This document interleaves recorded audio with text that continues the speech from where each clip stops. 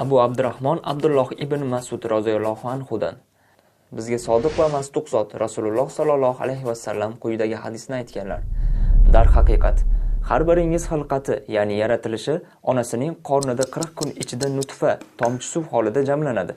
So'ngra xuddi shuncha muddat ichida alaqa, laxtaqon holida bo'ladi. So'ngra xuddi shuncha muddat ichida muzg'a, bir parcha go'sht holida bo'ladi. So'ngra unga bir farishta yuboriladi va o'sha farishta unga jon purkaydi.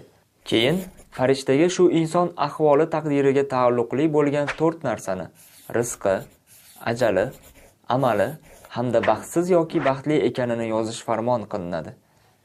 Undan o'zga hech qanday iloh yo'q bo'lgan Allohga qasamki, bir kimsa jannat ahlining amallarini qilib yuradi. Hatto u bilan jannat o'rtasida bir gaz, ya'ni yarim qadamgina masofa qoladi.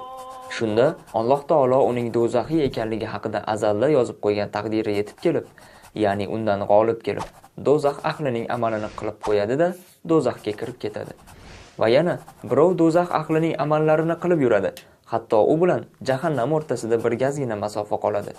Alloh taolo uning jannati ekanligi haqida azalda yozib qo'ygan taqdiri o'zib ketib, ya'ni undan g'olib kelib, jannat ahli amalini qiladi-da, jannatga kirib ketadi.